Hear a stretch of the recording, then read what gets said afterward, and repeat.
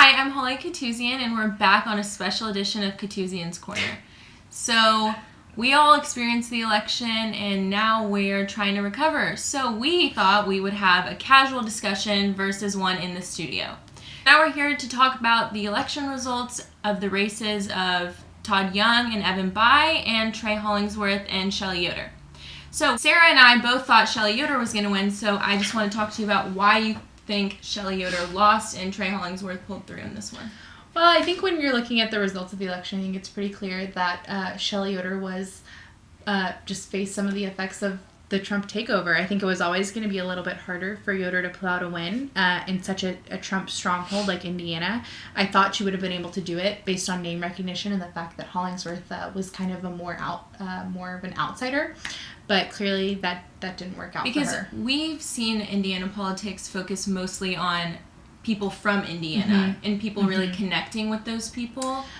I think a lot of that was also just straight ticket voting. They voted for Trump at the top of the ticket, and I'm not saying all voters voted straight ticket, but I think a good deal of them did, so much so that she ended up losing by about 2 points. Yeah, and I think Kelly talks about that also, about straight ticket voting behind the scenes actually today. Yeah. So do you want to talk about that more? And that was one thing that I did also think about before the election was people voting for Trump and Trump kind of trending in Indiana and then seeing that pull through in the polls leading up to the election. Hollingsworth was polling, I think, 2 points ahead, just like what happened in the election. And so I figured people were going to vote straight ticket. And if they were voting for Trump, they were going to also vote for Hollingsworth. It's important to note, I think, that Trump was supposed to win more seats in the House, and he did win Trey Hollingsworth, but he actually lost seats in the House, right? Yeah, I think that's an important trend when we're looking at kind of congressional election history. Usually the president's who wins his party, or she, that person's party picks up seats in the House or Senate. That didn't happen this cycle. Trump actually lost seats in the House and We can talk about the Senate now.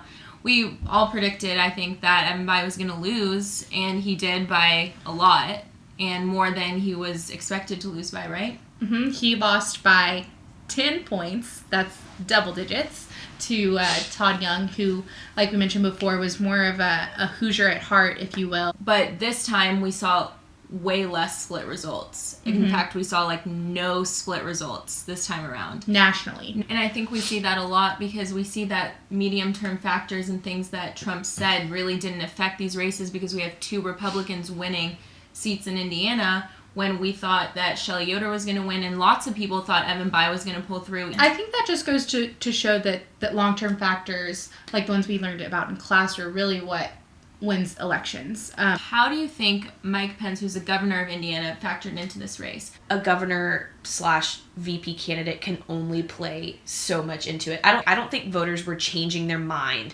because Pence was on the ticket. I think it was an added bonus. People don't vote for vice president, they vote for president.